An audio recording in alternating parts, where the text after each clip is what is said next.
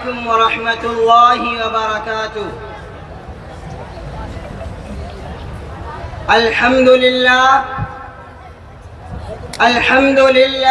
وكفى وسلام على عباده الذين اصطفى. أما بعد فأعوذ بالله من الشيطان الرجيم. بسم الله الرحمن الرحيم. وإلهكم إله واحد لا إله إلا هو الرحمن الرحيم. صدق الله العظيم.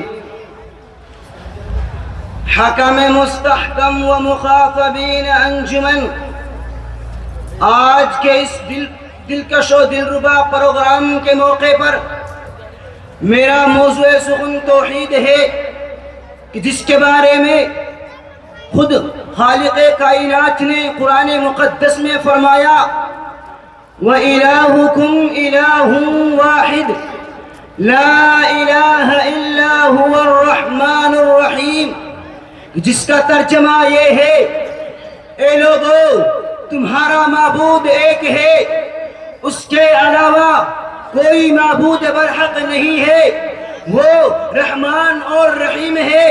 میرے عزیزو، آؤ میں آپ کو بتاتا چلوں کہ اسلام کی بنیاد جن 5 چیزوں پر ہے ان میں سب سے زیادہ اہمیت کی حامل توحید ہے۔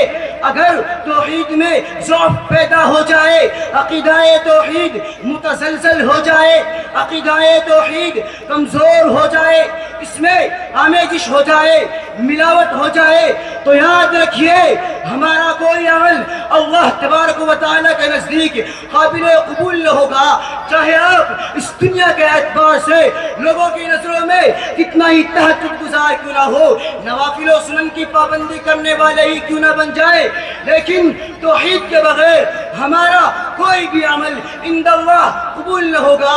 یہی وجہ ہے کہ حضرت آدم علیہ السلام سے لے کر امام الانبیاء محبوب کبریا محمد عربی صلی اللہ علیہ وسلم تک بے شمار انبیاء و رسول تشریف لائے، لیکن تاریخ شاہد ہے، قرآن و سنت اس بات پر بین ثبوت ہے کہ ہر نبی کی دعوت ایک تھی، ہر ایک کا پیغام ایک تھا، ہر ایک کا طریقہ دعوت ایک تھا، ہر ایک کا مشن ایک تھا۔ میرے دوستو مجھے بتاؤ تو صحیح، وہ کون سا پیغام تھا، وہ کون سی دعوت تھی، وہ کون سا مشن تھا؟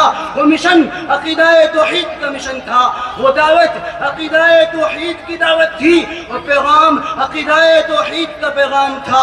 اس پیغام کی اشاعت کے لیے، اس دعوت کو عام کرنے کے لیے، عقیدہ توحید کو مضبوطی سے تھامنے کے جرم میں حضرت ابراہیم علیہ السلام کو آگ میں ڈالا گیا، حضرت زکریا علیہ السلام کو آروں سے چیا گیا، حضرت موسیٰ علیہ السلام پر ظلم و ستم ڈھائے گئے۔ الغرض اس توحید کو عام کرنے کے لیے، عقیدہ توحید کو مضبوطی سے تھامنے کے جرم میں حضرت بلال حبشی کو تپتی ہوئی ریت پر لٹا کر سینے پر چٹان رکھی گئی۔ اس عقیدہ توحید کو عام کرنے کے لیے حضرت عمار رضی اللہ عنہ کو انگاروں پر لٹایا گیا۔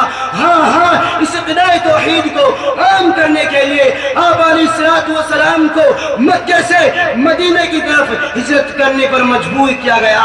الغرض اس توحید کے واسطے حضرات انبیاء کرام نے اتنی بڑی بڑی قربانیاں پیش کی ہیں جن کا آج ہم تصور بھی نہیں کر سکتے۔ برادران ملت،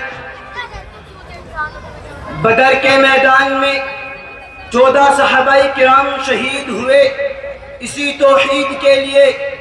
احد کے معرکے میں 70 صحابہ کرام شہید ہوئے اسی توحید کے لیے۔ حنین کے معرکے میں 19 صحابہ کرام شہید ہوئے اسی توحید کے لیے۔ خندق کی وادی میں 4 صحابہ کرام شہید ہوئے اسی توحید کے لیے. حضرت حمزہ رضی اللہ عنہ کے جگر کو چبایا گیا اسی عقیدہ توحید کے لیے. آخر ان صحابہ کرام کی یہ قربانیاں کیوں تھی؟ آؤ میں آپ کو بتاتا ہوں. صرف اور صرف عقیدہ توحید کو عام کرنے کے لیے، عقیدہ توحید کو پھیلانے کے لیے، قرآن و سنت کی دعوت کو گھر گھر تک پہنچانے کے لیے، قرآن کی روشنی سے مردہ دلوں کو منور کرنے کے لیے. حضرت زید تو شہید ہو گئے، حضرت خبیب رضی اللہ عنہ ایک عرصہ تک قید میں رہے، بالآخر ان کو بھی ان ظالموں نے نہایت المناک طریقے سے، نہایت دردناکی کے ساتھ سولی پر چڑھا دیا، ان کے بدن کو چھلنی چھلنی کر دیا. اس وقت ان میں سے کسی ایک نے معلوم کیا، اے خبیب تمہیں پسند کرتے ہو کہ تمہاری جگہ محمد کو قتل کر دیا جائے اور تمہیں چھوڑ دیا جائے. اس وقت حضرت خبیب نے وہ جملہ ارشاد فرمایا جو اب ایسے لکھنے کے قابل ہے.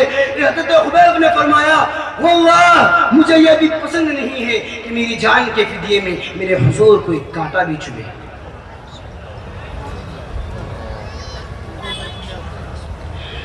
برادران ملت،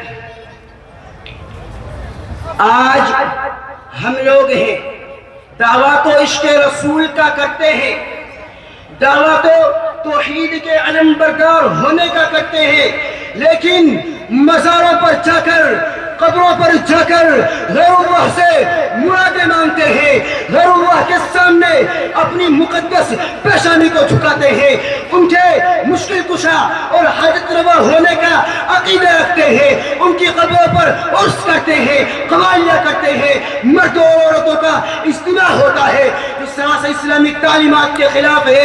اسی موقع پر رسول اکرم شفیع اعظم امام الانبیاء محمد عربی صلی اللہ علیہ وسلم اللہ تبارک و تعالیٰ سے دعا کرتے ہیں، اللہم لا تجعل قبری وطنا یعبد، اے میرے پروردگار میری قبر کو بت بننے نہ دینا کہ جس کی پرستش کی جائے، کہ جس کی عبادت کی جائے.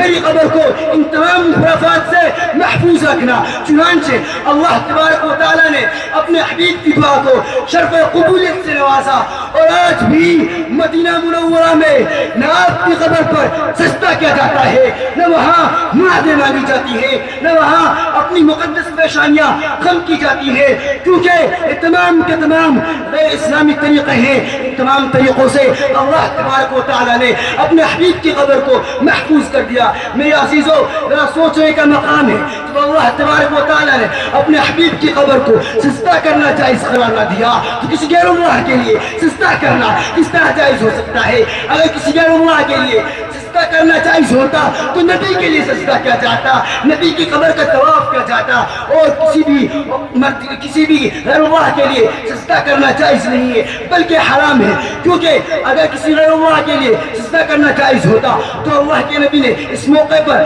فرمایا وَلَوْ كُنْتُ آمِرًا أَحَدًا أَنْ يَسْجُدَ لِأَحْدٍ لَأَمَرْتُ الْمَرْأَ أَنْ تَسْجُدَ لِزَوْجِهَا.